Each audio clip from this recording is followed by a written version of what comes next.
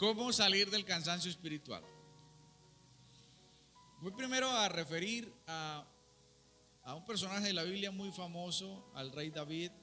David fue un hombre de muchas batallas. Usted tal vez ha leído acerca de David, hay muchos registros en la Biblia acerca de lo que David hizo. David fue un hombre que enfrentó gigantes, David fue un hombre que enfrentó guerreros, David fue un hombre que lideró ejércitos para conquistar. David fue un hombre que con su ejército conquistó reinos. Y con todo lo que la Biblia registra acerca de David, también registra la Biblia que un día David, en una de estas batallas, estaba muy cansado. Y en medio de la batalla vino un gigante y se acercó para matar a David. Era un hombre grande. Dice la escritura que tenía una espada nueva y una lanza que pesaba en su punta como 3 kilos. Ya ahí usted se puede imaginar el tamaño de este hombre. Y David estaba agotado. Estando a punto de morir David allí a manos de este gigante, vino un amigo de David, uno de su ejército, Abisai, corrió, mató al gigante y le salvó la vida aquel día a David. Nombro esto porque no es motivo de vergüenza que en algún momento podamos llegar a cansarnos. O sea, es normal, pienso que no debemos pasarnos la vida cansados, pero puede ser que haya momentos de nuestra vida en la que estemos decaídos, cansados, agotados por alguna situación. ¿Qué es lo importante? Que no nos quedemos ahí, diga amén. ¿Qué es lo importante? Que podamos recuperarnos, que podamos levantarnos. Yo quiero lanzarle una palabra en el nombre del Señor, que yo sé que si usted practica, se va a fortalecer mucho más en el Señor y en el poder de su fuerza. Que alguien diga amén. Número 1, ¿qué vamos a hacer? ¿Cómo salir del cansancio espiritual? Número 1, aprovechando que estamos frente a la mesa del Señor, tengo que decirlo, no tome la cena del Señor indignamente. Una de las razones por las que muchas personas viven cansados, agotados, enfermos y debilitados, dice la Biblia, es porque toman la cena del Señor indignamente. Si usted tiene Biblia a la mano, 1 Corintios capítulo 11, verso 29, 30 y 31. Verso 29, porque el que come y bebe sin considerar a los que forman el cuerpo del Señor, se condena a sí mismo. Por eso hay muchos entre ustedes que están enfermos y débiles, y también muchos otros han muerto. 31, si nos examináramos bien, no seríamos condenados. Amén. Mis amados, cuando nos acercamos a la mesa del Señor, cuando venimos para tomar la cena del Señor, no lo hacemos porque tenemos hambre, no lo hacemos porque es solamente pan y jugo.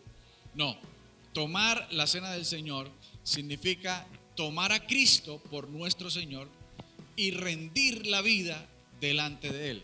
Lo voy a decir de nuevo. ¿Qué significa tomar la cena del Señor? Es tomar a Cristo por nuestro Señor y rendir la vida delante de Él. Esa es una forma digna de tomar la cena del Señor.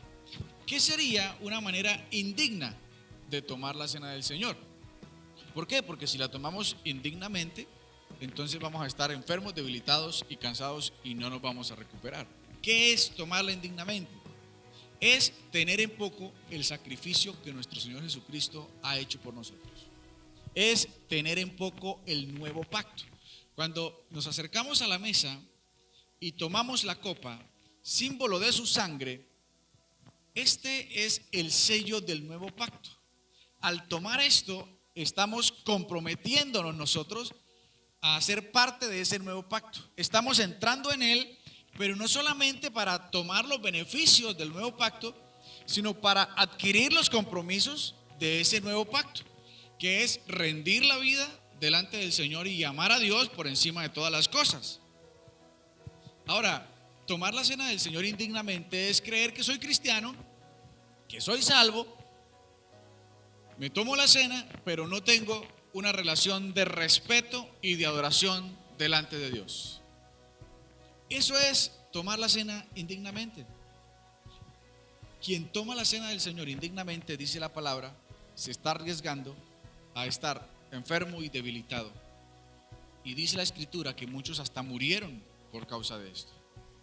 Mis amados, si usted no quiere cargar cansancio espiritual, debe acercarse a la cena dignamente. La cena, el día de hoy, la cena es un tiempo de fortaleza, es un tiempo de renovación. Usted viene, recibe alimento espiritual, se acerca para recordar lo que Cristo hizo por usted y toma fuerzas nuevas para continuar, para tener días en adelante de victoria, para alejarse del pecado y para continuar en el nombre del Señor. Que alguien diga amén. ¿Qué más hay que hacer? Número 2, ¿cómo salir del cansancio espiritual? No tenga pecados sin confesar. No tenga pecados sin confesar. Vamos a insistir en esto porque es muy importante. Proverbios, en el capítulo 28, el verso 13, si usted puede buscar conmigo, dice así: el que encubre sus pecados no prosperará, mas el que los confiesa y se aparta, ¿qué? Alcanza misericordia.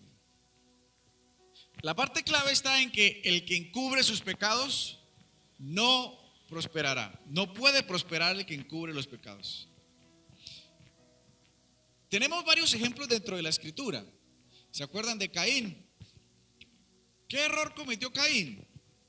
Mató a su hermano, a Abel. El Señor lo llama a cuentas y le dice: Caín, ¿y dónde está Abel? ¿Y qué hace Caín? Caín niega lo que ha hecho y dice: ¿acaso yo soy guarda de mi hermano? ¿Quién sabe? ¿Sabía? Claro, negó, trató de encubrir su pecado delante de Dios. En lugar de haber confesado, el Señor le llama a cuentas, el Señor le dice: ¿y qué hace Caín? Encubre su pecado. Luego de que Caín niega su pecado, entonces viene la sentencia de castigo de parte del Señor. ¿Por qué? Porque no confesó sus pecados.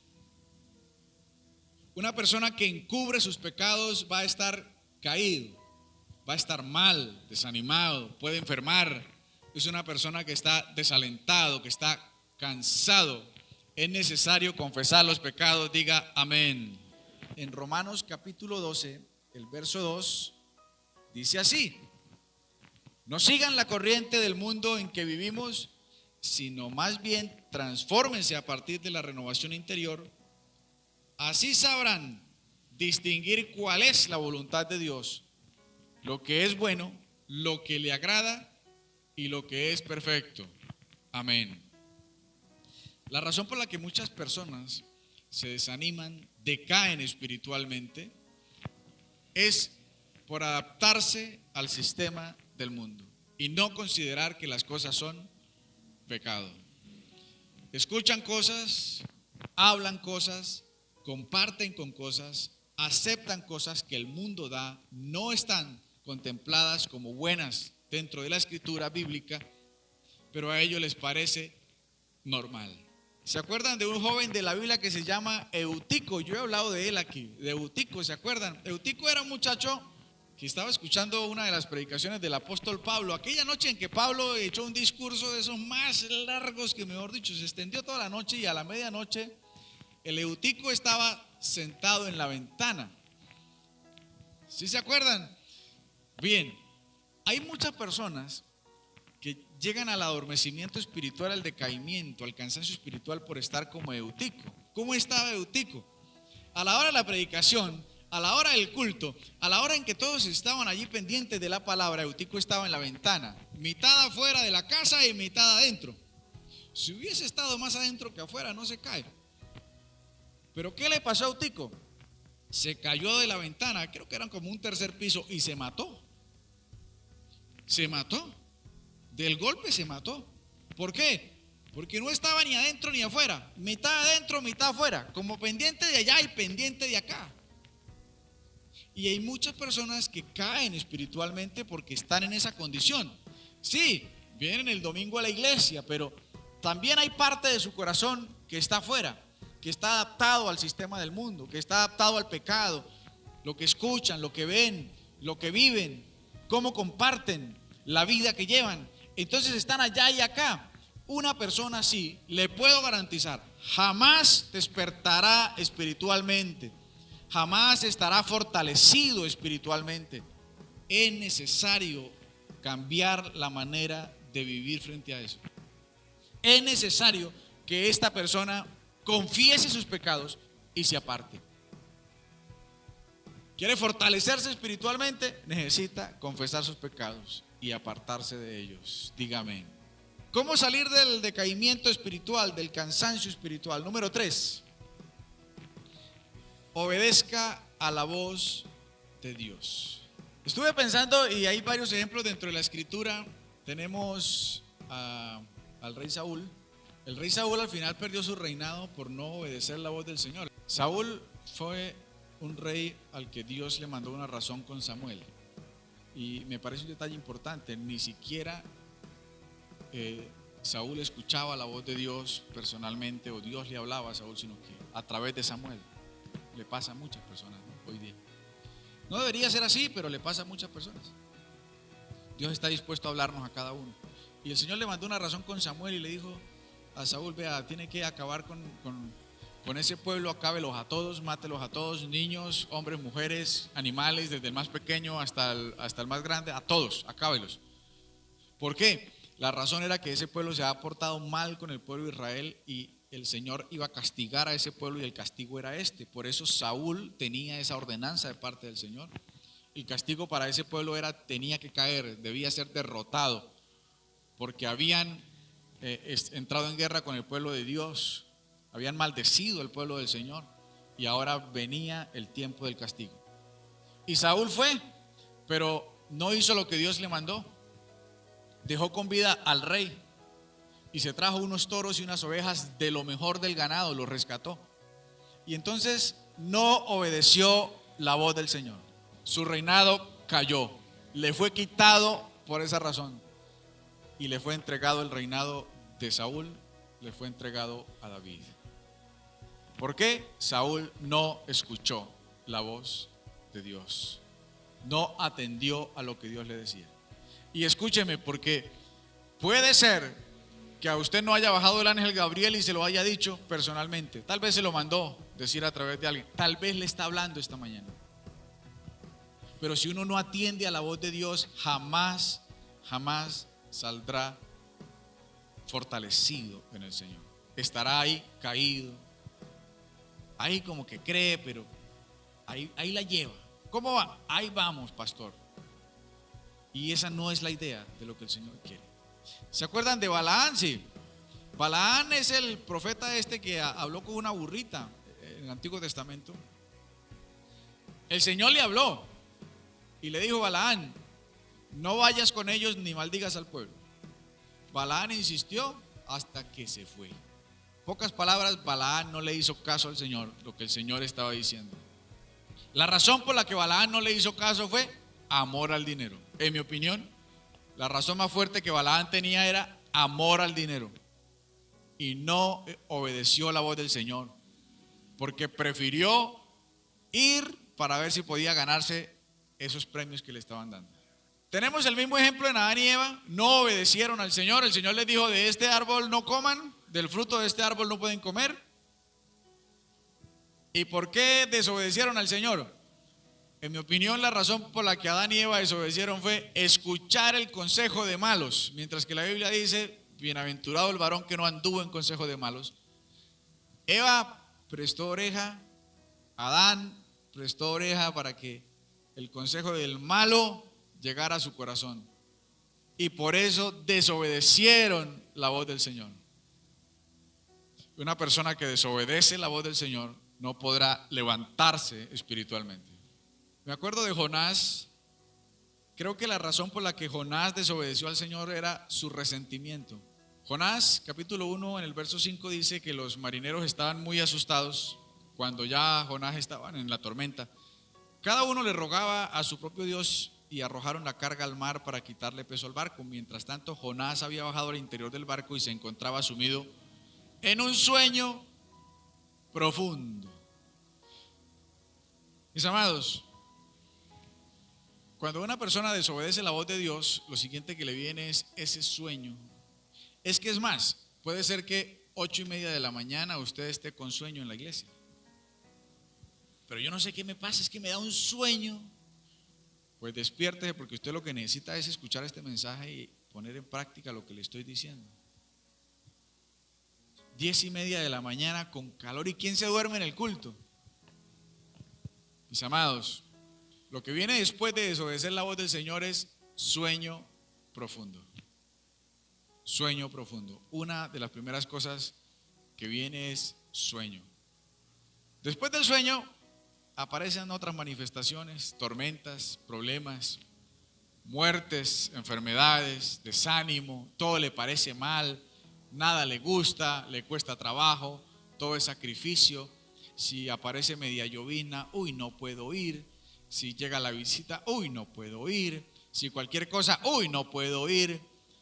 Vea, yo le puedo garantizar que una persona que anda llena del fuego de Dios pasa por encima de la visita, viene lloviendo, se trae el paraguas, paga un taxi, lo que sea, porque tiene fuego de Dios en su corazón.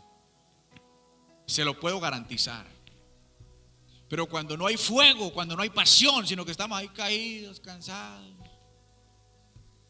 todo es un problema, todo es un desánimo. Cualquier excusa es buena, porque no hay pasión, no hay fuego. Si a usted le pasa algo como eso, usted necesita tomar este mensaje y llevarlo a la práctica, mi amado. Nada de sueño, nada de pereza. ¿Sabe qué le dijeron a Jonás cuando lo vieron durmiendo en el interior del barco? Le dijeron: oiga, levántese y ruegue a su Dios. ¿No ve lo que nos está pasando? Y hoy le puedo decir a usted también: levántese y ruegue a su Dios. Levántese y haga oración. Levántese y busque al Señor. Levántese y obedezca la voz de Dios. Y usted estará fortalecido espiritualmente. Número 4, hablando de rogar, como se lo pidieron a Jonás. Número 4, ¿cómo salir del cansancio espiritual? Lea la Biblia y haga oración de calidad. Camino a Emaús. De pronto por Emaús le suena más el pasaje, ¿sí? Iban camino a Emaús y el Señor se les apareció. Ellos no sabían que era el Señor, pero mientras el Señor les hablaba y les recitaba las escrituras, dice el pasaje, algo dentro de ellos ardía como un fuego. Y ellos declaran: ardía nuestro corazón cuando Él recitaba las escrituras. Mis amados, ¿por qué es importante leer la palabra, escuchar la palabra, estudiar la palabra? Porque con la palabra algo se enciende dentro de nosotros. La palabra es la que trae vida. La palabra es la que fluye en nosotros como la vida eterna. Yo siempre le he preguntado a los cristianos: ¿qué es más importante, orar o leer la Biblia? No, ambas, pastor. Sí, ambas son importantes, pero en mi opinión, es más importante leer la Biblia. Las ganas de orar vienen de leer la Biblia, la mayoría de las veces, porque la palabra es la que cambia las vidas. La palabra es Cristo mismo dentro de nosotros. Cuando usted toma la Biblia, empieza a leer, a estudiar, a meditar en la escritura, es como cuando usted abre la puerta de su corazón para que Cristo entre. Jesús es el verbo que se hizo carne, la palabra que se hizo carne. Él es la escritura. Cuando usted abre su mente y su corazón a la escritura, usted está abriendo el corazón a Cristo el Señor. Así que es importante ir a la palabra, leer la palabra. No me diga: uy, ya estamos en octubre, ya tengo que comenzar en enero, pastor. No, ¿cuándo hay que comenzar? Hoy mismo. La palabra produce en usted ese fuego. Lea la palabra del Señor. Lea la palabra y haga oración. ¿Cuántos de ustedes hacen oración? A ver, levanten la mano y digan amén. Oración de calidad. Cuando digo oración de calidad me refiero a que hay diferentes clases de oración. Hay oraciones que son oraciones de rutina. Hay oraciones que son monótonas. Hay oraciones que, si lo puedo decir así, no salen del techo. Hay oraciones que no resucitan a una hormiga, hermano. Hay oraciones que no hacen caer nada del cielo, no pegan. Y hay gente que hace oración, pero más que oración, es oración de calidad. Oración donde usted esté con Dios realmente. Donde esté usted y Dios, los dos, hablando, escuchándose. Donde usted pueda arrodillarse y escuchar la voz del Señor. Donde usted pueda descargar su corazón delante de Dios. Las oraciones de rutina no despiertan a nadie. La oración que medio bosteza, que se hace ahí pasito, esa oración no despierta a nadie, hermano. No, usted necesita oración de calidad. Oración donde usted pueda gemir, clamar, adorar, gritar en la presencia del Señor, llorar en su presencia.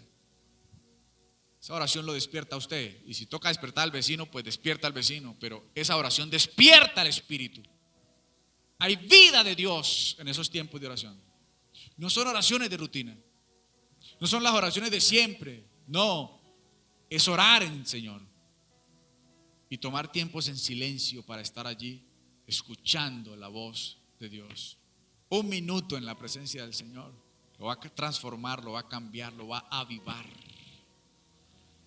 Pero para buscar eso hay que ir a la palabra y tener tiempos de oración de calidad. No cualquier tiempo de oración. Dios habla cuando estamos allí a solas, en la quietud de su presencia. Allí es donde vienen las palabras y los toques sobrenaturales del Señor que transforman nuestra vida, que nos hacen diferentes, que nos avivan. Entonces, ¿cómo salir del cansancio espiritual? ¿Cómo quitarse el decaimiento y salir de la rutina? Hoy no se tome la cena del Señor indignamente. Pruébese cada uno a sí mismo antes, examínese cómo está con Dios, cómo está su relación. Póngase a cuentas delante de Dios. Confiese sus pecados, no los encubra. Vuelva su corazón hacia el Señor. Si Dios le está hablando, mi amado, obedezca a la voz del Señor. Si Dios le ha mandado cosas, obedezca a la voz del Señor. Lea la Biblia y ore constantemente oraciones de calidad. Saque tiempos para estar con Dios. Si usted hace esto, pronto estará avivado en su corazón. Pronto usted pasará por encima de lo que sea para estar con Dios. Pronto Dios le hablará y usted se sentirá fortalecido en la presencia del Señor. Que no nos pase como a David, que nos agarró el día de la batalla cansados y que de pronto alguien caiga frente a la espada del enemigo por estar agotado, dormido y cariacontecido. Vamos a orar por esta palabra. Frente a esta palabra, coloque su vida. ¿Qué me habla el Señor esta mañana? No en vano dice la Escritura, cuando Él viene sobre nosotros, lo hace como fuego. No es una llama cualquiera que se apaga con cualquier cosa. Es un fuego poderoso que arde en nuestro ser, que nos lleva a vida abundante,